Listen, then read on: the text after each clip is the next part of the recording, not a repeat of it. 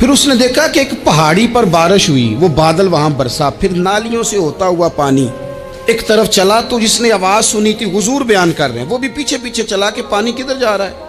اس نے جا کے دیکھا کہ ایک مقام پہ ایک باغ کو وہ پانی لگ رہا ہے اور ایک آدمی وہ پانی لگا رہا ہے۔ اس نے اس سے پوچھا تیرا نام کیا ہے؟ اس نے کہا کیوں؟ کہنے لگا بتا نا۔ اس نے نام بتایا تو کہنے لگا یہی تو وہ نام ہے جو میں نے بادلوں کے اندر سے سنا ہے کہ فلاں کے کھیت کو پانی دے دو۔ اس نے کہا یار تو کیا عمل کرتا ہے کہ اسپیشل تیرے لیے بارش برسے؟ یہ بخاری پڑھ رہا ہوں، سیاستہ سے حدیث عرض کر رہا ہوں۔ اس سے پوچھا تو کیا کام کرتا ہے کہ جناب اللہ تبارک و تعالیٰ کا حکم کرم آیا کہ خاص تیرے لیے پانی برسے اور تیرے کھیت کو سیراب کرے؟ تو اس نے کہا چھوٹا ذمہ دار ہوں، پر جب فصل اگتی ہے تو 3 حصے کرتا ہوں، ایک حصہ اپنے بال بچوں پہ بہن بھائیوں پہ خرچ کرتا ہوں، ایک حصہ پورا، اور ایک حصہ دوبارہ کاشتکاری پہ لگاتا ہوں، اور تیسرا حصہ خالص میں نے مسکینوں، یتیموں اور غریبوں کے لیے رکھا ہوا۔ وہ جو تیسرا حصہ، اللہ کرے آپ سمجھے، وہ رب کے بندوں پہ تیسرا حصہ خرچ کرتا ہے نا، تو کریم مالک نے فرمایا جہاں سے غریب کا حصہ جاتا ہے وہ کھیت خشک نہیں رہنا چاہیے، وہ جہاں سے مسکین روٹی کھاتے ہیں وہ خشک نہ رہے، جہاں سے یتیموں کو کچھ آتا ہے کہیں اس کی فصل رہ نہ جائے۔ میں اور آپ بھی اگر اپنے مال میں مسکینوں، یتیموں، غریبوں کے حصے رکھ لیں گے تو فصلیں خشک نہیں رہیں گی، ان کے اندر تازگی آئے گی، نور آئے گا، کرم آئے گا، خاص کر خدا کی رحمت برسے گی۔ مدد اللہ سے چاہیں، اپنی توجہات کا مرکز رب رسول کی ذات کو بنائیں، پھر آپ محسوس کریں گے کہ بڑی جلدی اللہ تعالیٰ کی مدد آنے لگی ہے۔ کبھی آپ صرف کہہ دیں نا میرا رب میرے ساتھ ہے، اس لفظ میں اتنی طاقت ہے کہ دشمن ویسے زہر ہو جاتا ہے۔ زندگی میں کسی سے بھی لڑائی ہو، اچھی طرح سوچ لیں کہ اللہ اس طرف ہے یا اس طرف ہے۔ اگر آپ زیادتی پہ ہیں تو پھر رب مظلوم کی جانب ہے۔ اگر اللہ کی مدد آپ کے ساتھ ہے تو دنیا کی کوئی طاقت آپ کو گرا نہیں سکتی، اور اگر آپ مظلوم کے مقابلے میں ظالم بن کے آپ کھڑے ہو گئے ہیں اور آپ نے رویہ وہ اختیار کیا ہے کہ جس میں مدد نہیں آئے گی، تو پھر یاد رکھ لیں کہ آپ کوئی بھی ہیں، کہاں بھی ہیں، آپ کمزور ہیں۔ طاقتور تھے ابتدائے اسلام میں، ظاہری طاقت تھی کفار مکہ کے پاس، وہ ڈنڈوں سے مارتے تھے غریبوں کو، ان کے ہاتھوں میں ڈنڈے تھے، پر خدائی طاقت ان مظلوموں کے ساتھ تھی۔ صاحب زرقانی نے لکھا ہے حضرت زنیرہ رضی اللہ تعالیٰ عنہ ایک لونڈی ہے، غریب ہے، ماڑے دا کی کام محمد نس جانا یا رونا، غریب سادی بی بی اور لونڈی کنیزہ، ایک مشرک کی کنیزہ تھی، انہوں نے کلمہ پڑھ لیا، وہ ڈنڈوں سے مارتا، دروں سے مارتا، تکلیف دیتا۔ حضرت زنیرہ رضی اللہ تعالیٰ عنہ کو اتنا مارا، اتنا مارا۔ اب آپ ایک اور پہلو پر بھی غور کریں، مار بھی پڑ رہی ہے پر خدا ادھر ہی ہے، اللہ کی مدد ادھر ہی ہے۔ رب کہتا ہے کہ پہلے تو صبر کرنا، ان اللہ مع الصابرین، تو صبر کرے گا تو پھر رب کی معیت ملے گی، ذرا ٹھہرنا، تو تھوڑا ڈٹنا۔ ان الذین قالوا ربنا اللہ ثم استقاموا تتنزل علیہم الملائکہ، تو کہے اللہ میرا رب ہے، پھر تو پہلے ڈٹ، پہلے تو نے ڈٹنا ہے۔ ثم استقاموا، جو ڈٹ گیا، تتنزل علیہم الملائکہ، ڈٹنے والے کے لیے مدد آتی، پہلے تھوڑا ٹھہرنا پڑتا ہے، پہلے تھوڑا صبر کرنا پڑتا ہے، حوصلہ کرنا پڑتا، اس کے بعد مدد آتی۔ مار پڑ رہی ہے، مارا جا رہا ہے حضرت زنیرہ کو، ان کا مالک جو ہے ظاہری آقا وہ مار رہا ہے، یہ کنیزہ ہے، اتنا مارا اتنا مارا، ان کی بینائی چلی گئی، نظر آنا بند ہو گیا۔ ابو جہل آیا اور کہنے لگا زنیرہ دیکھا نا ہمارے بت تیری آنکھیں لے گئے، معاذ اللہ، لات و منات ہمارے بتوں نے تجھے اندھا کر دیا۔ اب ایسا نہیں ہے کہ بی بی روتی جا رہی ہے، روتی جا رہی ہے، مایوسی مایوسی، معاذ اللہ، پریشانی، غریبی بڑی ہے، پوچھنے والا کوئی نہیں، یہ باتیں نہیں۔ کیا جملے ہیں خاتون کے، کیا لفظ ہیں۔ ابو جہل نے تنزیہ کہا، معاذ اللہ، کہنے لگا دیکھا نا ہمارے بتوں نے تجھے اندھا کر دیا۔ تو جناب زنیرہ آنکھوں کی بینائی گئی ہے، رات کو گئی ہے، دکھ ابھی تازہ ہے، لیکن اللہ پہ جو توکل ہے، اپنے مالک سے جو رشتہ ہے، وہ اتنا مضبوط ہے، اتنا طاقتور ہے، اس میں اتنی گہرائی ہے کہ حضرت زنیرہ بول کے نا اتنی قوت سے بولی، اتنی طاقت سے بولی کہ پورے کفر پر لرزہ طاری ہو گیا۔ فرمانے لگی تمہارے بتوں کی کیا اوقات ہے کہ وہ میری بینائی لے جائیں؟ یہ میری رب کی حکمت کا تقاضا ہے۔ جب تک اس نے چاہا زنیرہ دیکھتی رہی، اور جب اس نے چاہا زنیرہ کی آنکھوں کی بینائی چلی گئی، اور اگر وہ چاہے گا نا تو بینائی واپس بھی کر دے گا۔ اگر ہو ذوق یقین پیدا تو کٹ جاتی ہیں زنجیریں، اگر وہ چاہے گا تو بینائی آ بھی جائے گی۔ حضرت زنیرہ نے رات کو یہ لفظ کہے، ابو جہل اور سارے کفار ڈر کے سن کے چلے گئے، آپ اطمینان سے آ کے بستر پہ سوئی۔ جب سویرے اٹھی تو اللہ نے آنکھوں کی روشنی واپس کر دی تھی۔ آنکھوں کی اب چھڑی پکڑی ہے، بازاروں میں گھومتی ہے، کہتی ہیں بلاؤ کدھر ہے تمہارے نعت و منات، دیکھو میرے رب نے روشنی واپس کر دی۔ آ کر میرے ساتھ ادھر آ، ستمگر ہنر آزمائے، تو تیر آزما ہم جگر آزمائے۔ بیمار لوگوں یاد رکھو، کہہ دیا ڈاکٹر نے کہ تو بڑا بیمار ہے، تو بڑا کمزور ہے، یہ ہو گیا وہ ہو گیا، تو ڈاکٹر اپنے علم کے مطابق بات کر رہا ہے، ہوگا تو وہ جو میرا رب چاہے گا۔ کمزور ہو جانا، پریشان ہو جانا، تکلیف میں آ جانا، پتہ نہیں بات ہو گئی ہے تو جانے کیا ہو جائے گا۔ اپنی زندگی کے اندر اپنے رب سے رشتہ مضبوط کریں، رسول کائنات سے رشتہ مضبوط کریں، اللہ والوں سے رشتہ مضبوط کریں۔ حضرت زنیرہ نے پیغام دیا کہ زندگی میں جو جینا چاہتے ہیں تو وہ رب کا نام لے کے جی سکتے ہیں، جو اپنی زندگی میں خوشیاں دیکھنا چاہتے ہیں تو رسول اللہ کے نام پر خوشیاں دیکھی جا سکتی ہیں۔